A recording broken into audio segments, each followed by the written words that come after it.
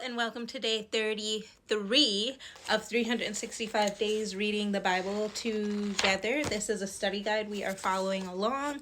It's right here. Today we are reading Isaiah 23 through 28. Yes, I'm in my pajamas.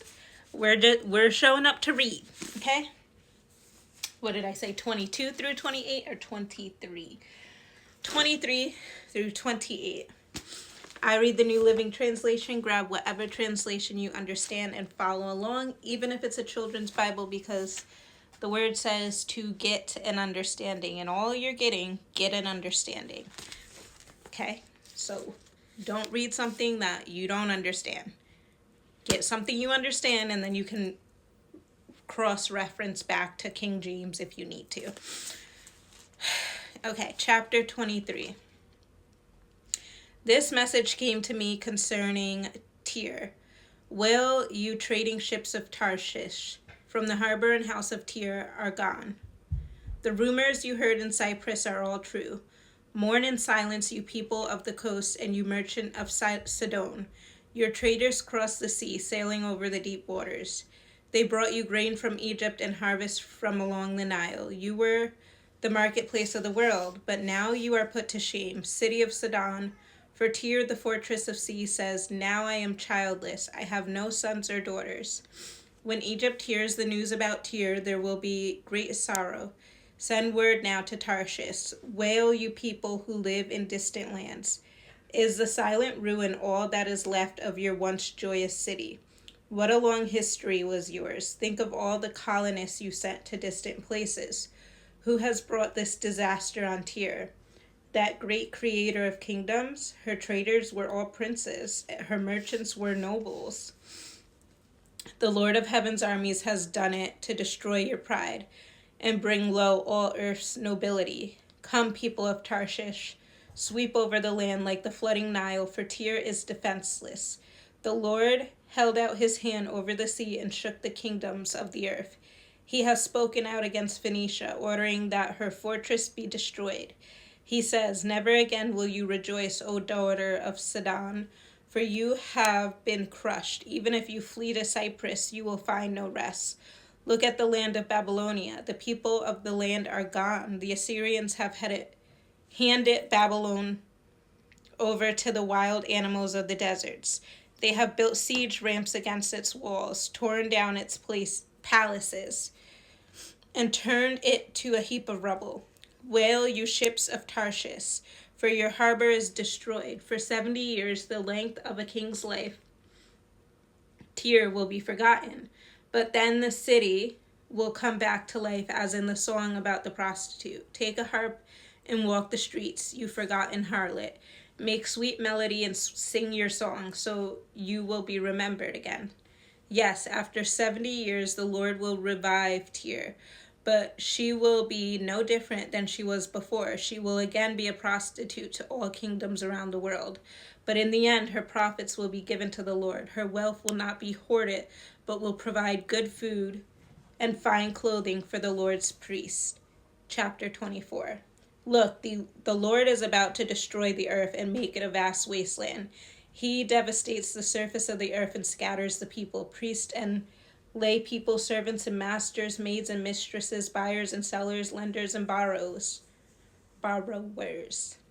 bankers and debtors. None will be spared. The earth will be completely emptied and looted.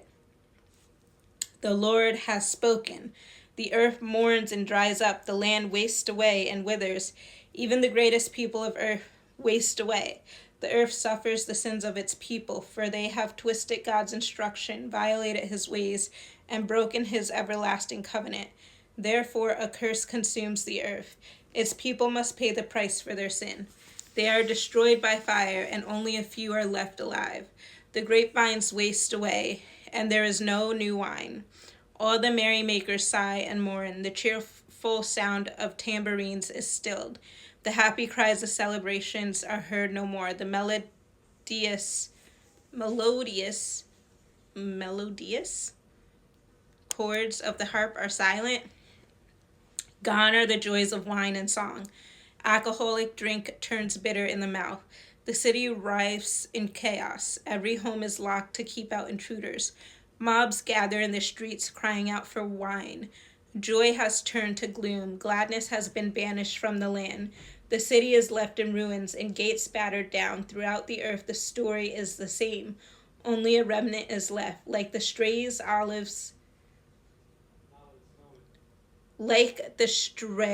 olives left on the tree, or the few grapes left on the vine after harvest. But all who are left shout and sing for joy. Those in the west praise the Lord's majesty. In the eastern lands give glory to the Lord. In the lands beyond the sea praise the name of the Lord, the God of Israel. We hear songs of praise from the ends of the earth, songs that give glory to the righteous one. But my heart is heavy with grief. Weep for me, for I wither away. Deceit still prevails, and treachery is everywhere. Terror and traps and snares will be your lot.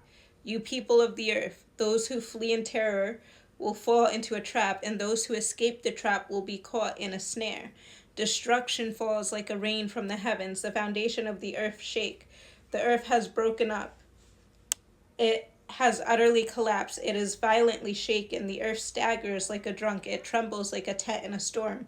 It falls and will not rise again, for the guilt of its rebellion is very heavy. In that day the Lord will punish the gods in the heavens and the proud rulers of the nations of the earth. They will be rounded up and put in prison. They will be shut up in prison and will finally be punished. When the glory of the moon will wane and the brightness of the sun will fade, for the Lord of heaven's armies will rule on Mount Zion. He will rule in great glory in Jerusalem in the sight of all the leaders of the people. Chapter 25. O Lord, I will honor and praise your name, for you are my God. You do such wonderful things. You planned them long ago, and now you have accomplished them. You turn mighty cities into heaps of ruins. Cities with strong walls are turned to rubble. Beautiful palaces in distant lands disappear and will never be rebuilt. Therefore, strong nations will declare your glory. Ruthless nations will fear you. But you are a tower of refuge to the poor, O Lord, a tower of refuge to the needy in distress. You are a refuge from the storm and a shelter from the heat, for the oppressive acts of ruthless people are like a storm beating against a wall, or like the relentless heat of the desert. But you silence the roar of the foreign nation. As the shade of a cloud cools relentless heat, so the boastful songs of ruthless people are stilled. In Jerusalem, the Lord of heaven's armies will spread a wonderful feast for all people of the world. It will be a delicious banquet with clear, well-aged wine and choice meat. There he will remove the cloud of gloom, the shadow of death that hangs over the earth. He will swallow up death forever. The sovereign Lord will wipe away all tears. He will remove forever all insults and mockery against his land and people. The Lord has spoken. In that day the people will proclaim, "This is our God. We trusted in him and he saved us. This is the Lord in whom we trusted. Let us rejoice in the salvation he brings. For the Lord's hand a blessing will rest on Jerusalem, but Moab will be crushed. It will be like straw trampled down and left to rot.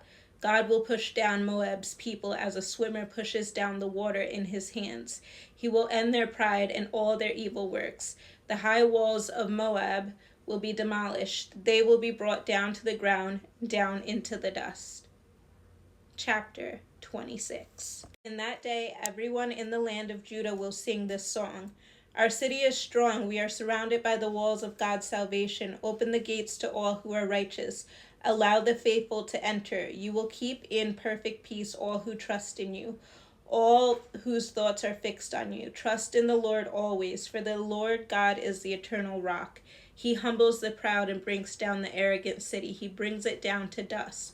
The poor and oppressed trample it underfoot, and the needy walk all over it. But for those who are righteous, the way is not steep and rough. You are a God who does what is right, and you smooth out the path ahead of them. Lord, we show our trust in you by obeying your laws. Our heart's desire is to glorify your name. In the night I search for you. In the morning I earnestly seek you. For only when you come to judge the earth will people learn what is right. Your kindness to the wicked does not make them do good. Although others do right, the wicked keep doing wrong and take no notice of the Lord's majesty. O Lord, they pay no attention to your upraised fists. Show them eagerness to defend your people. Then they will be ashamed. Let your fire consume your enemies. Lord, you will grant us peace. All we have accomplished is really from you. O Lord our God, others have ruled us, but you alone are the one who we worship. Those we served before are dead and gone. Their departed spirits will never return. You attacked them and destroyed them, and they are long forgotten. O Lord, you have made our nation great. Yes, you have made us great. You have extended our borders, and we give you glory. Lord, in distress we searched for you. We prayed beneath the burden of your discipline. Just as a pregnant woman writhes and cries out in pain as she gives birth, so were we in your presence, Lord. Excuse me. We too writhe in agony, but nothing comes out of our suffering.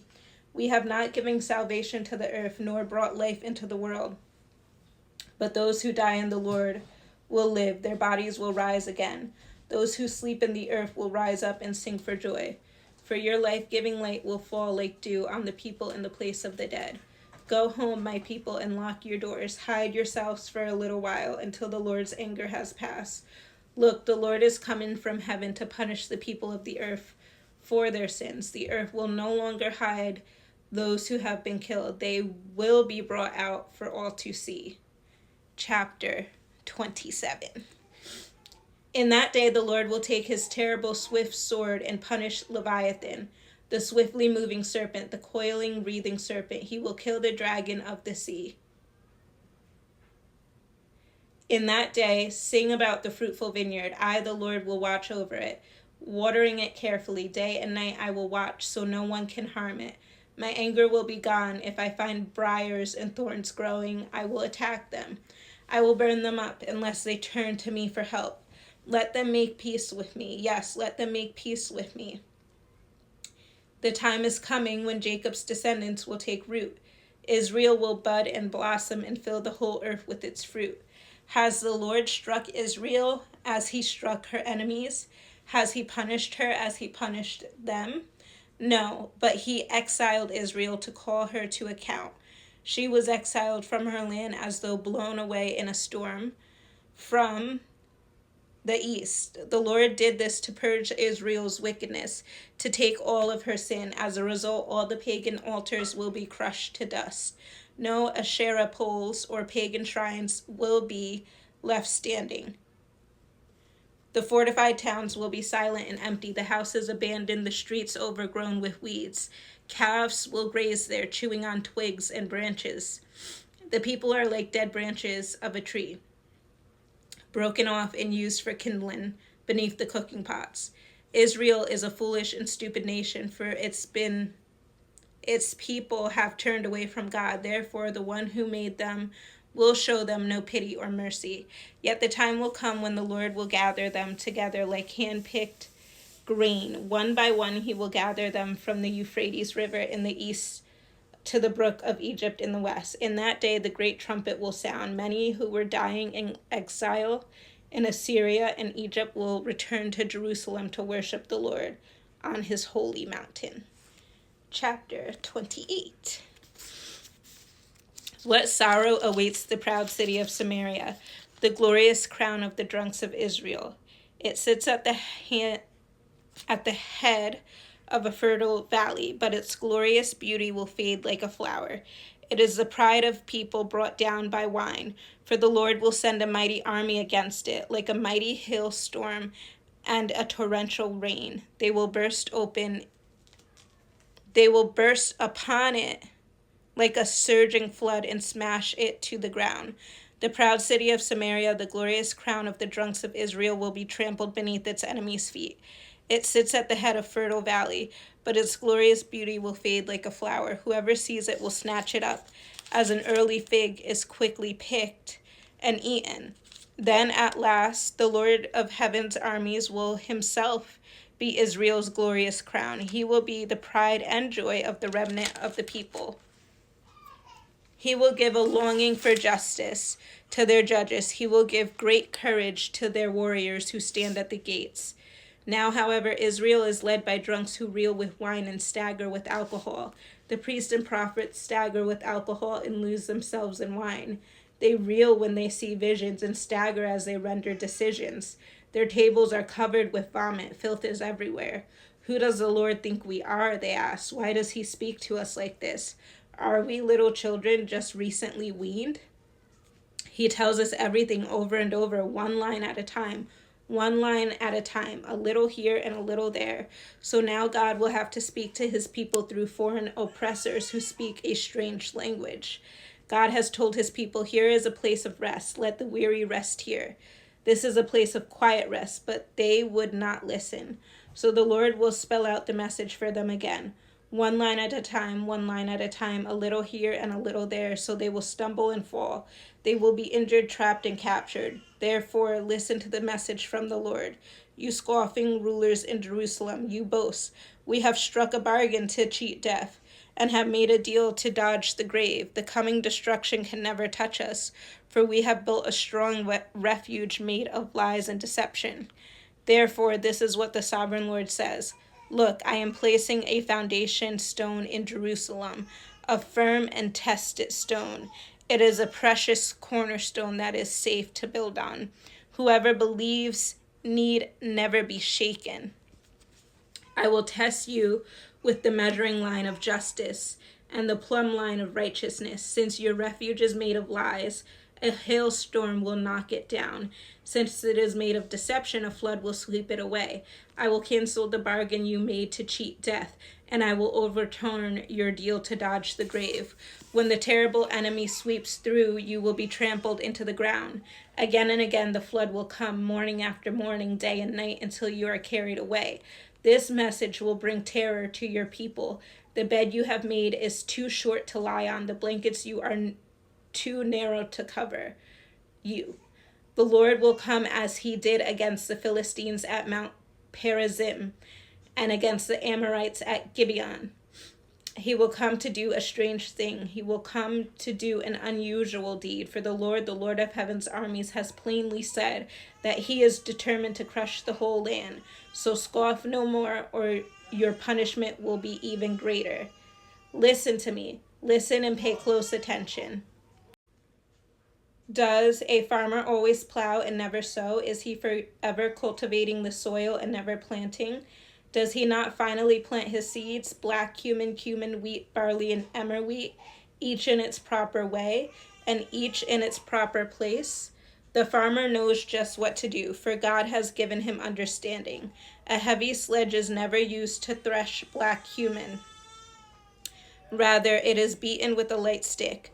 A threshing wheel is never rolled on cumin. Instead, it is beaten lightly with a flail.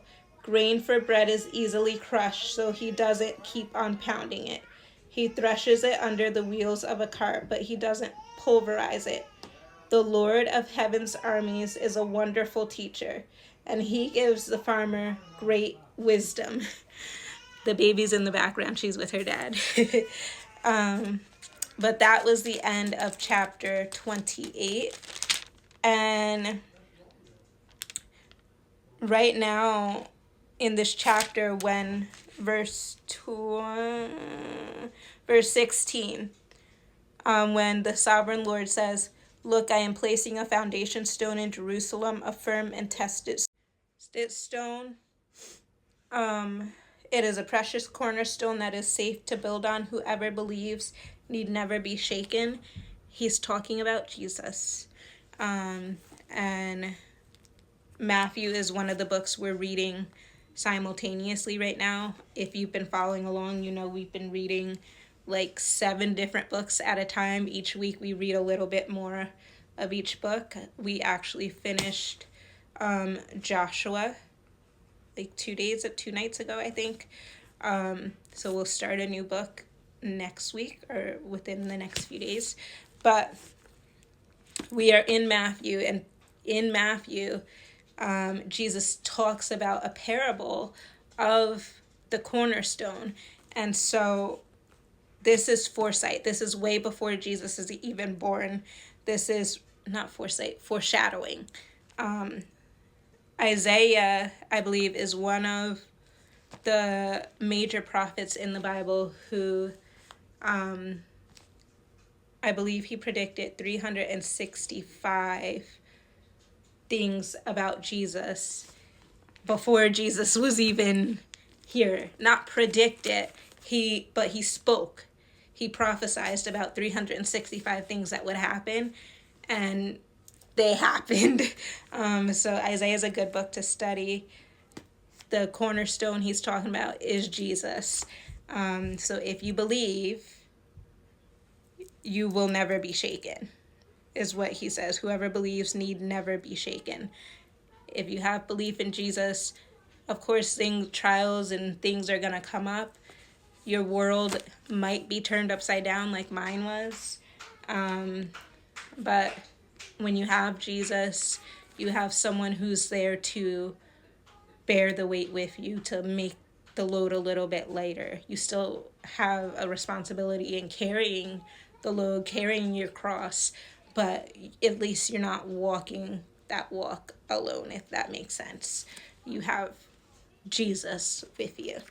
And that's the end of tonight. I'll see you tomorrow for day 34.